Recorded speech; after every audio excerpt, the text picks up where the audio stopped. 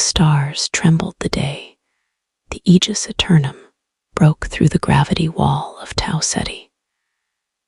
It was the first and only dreadnought-class battleship humanity had ever built, forged in secret within the asteroid foundries of Mars, layered in dark matter plating, and powered by a quantum-fold reactor that hummed with enough energy to erase a moon. It had no escort. It needed none. It was built not just for war, but to end wars. And for the first time in over 200 cycles, the galaxy took notice. The union of core civilizations, composed of 86 sentient species, had long dismissed humanity as a background race, primitive, emotional, prone to internal conflict and ecological collapse.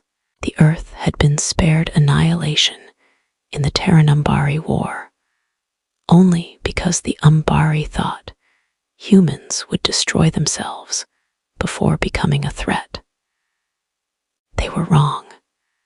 When the Aegis Eternum emerged in open space, broadcasting a single message: stand down or stand, fleets repositioned, empires rechecked their border defenses. Surveillance webs scanned the skies, and the Core Council convened an emergency summit on Citadel Threx, a station the size of Jupiter's moon Europa. But the message was not sent in arrogance. It was not conquest. The Aegis Eternum had risen from grief. At its helm stood Admiral Rhea Voss, a woman who had once been a diplomat, a believer in peace. Her voice had brokered treaties between warring planetary states, and her hand had held her partners, Commander Jalen Merck, as they tried to stop the Umbari invasion of Earth 2 decades ago. They'd failed. Jalen had died shielding a city with nothing but an exosuit and courage. Earth had lost half its biosphere. Billions perished, and the galaxy watched, unmoved. The core had done nothing. So Rhea did not forget. She vanished after the war. Rumors said she died. But in truth, she had been building the Aegis Eternum with the last survivors of the Helix Protocol, a fringe Terran think tank that had once predicted a unified Earth fleet within 100 years. Rhea made it happen in 20, with secrets, with sacrifice, with silence. And now the galaxy had a reckoning. She didn't fire first, not once. Instead, the Aegis traveled system to system, quiet, enormous, wrapped in electromagnetic haze, liberating Terran colonies left under core protectorate law, not with bombs, but with presence.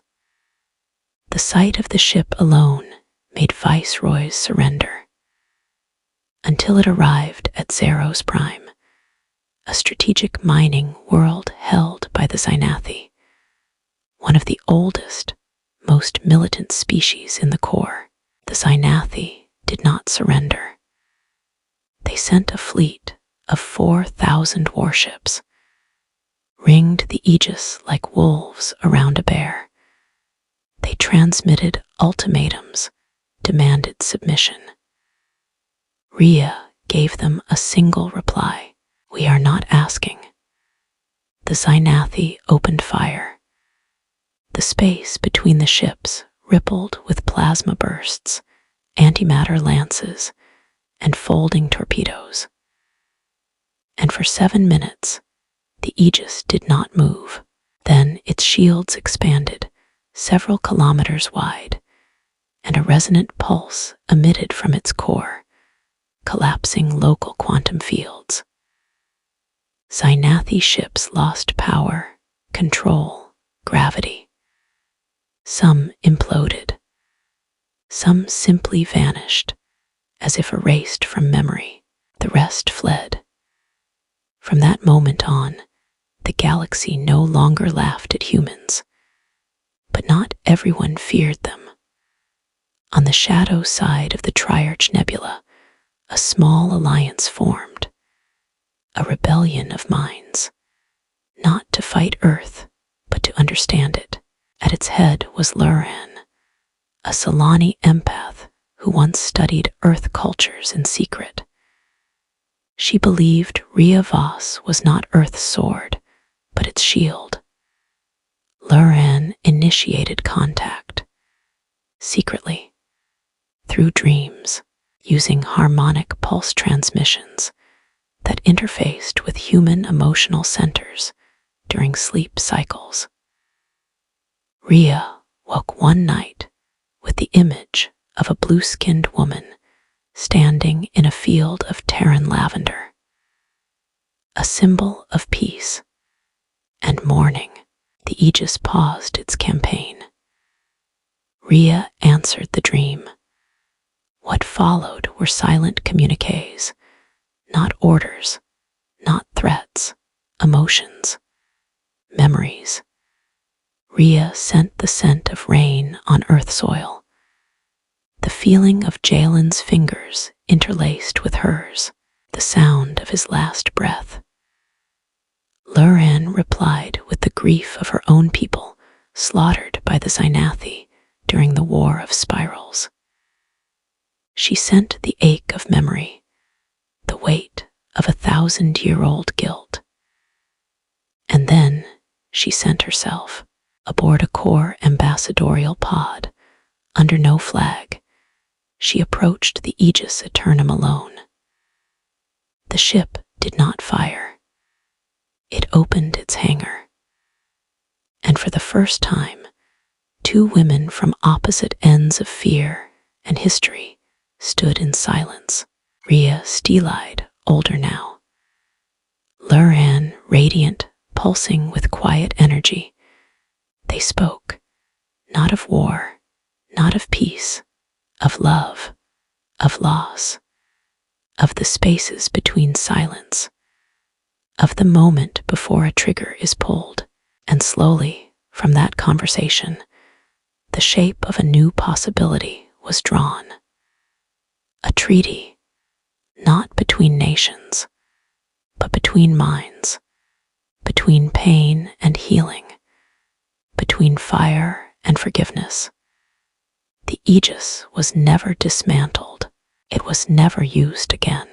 It became a beacon, anchored above Citadel Threx, humming softly like a guardian god. Rhea became a myth. She and Luran disappeared from the public eye, but messages, whispered through deep space frequencies, told of a hidden moon where they lived together, not as symbols, but as two people who had seen the worst of the galaxy and chose to love anyway. In time, the core amended its charter. Earth became not just a member, but a mentor. The fear faded. Respect took its place. But in the quiet of space, one signal still loops, deep beneath the Aegis Eternum's central core. A recording of Rhea's voice. We do not seek war, but if war comes, we will not run. We are human. We remember, and now so will you. And the galaxy did, forever.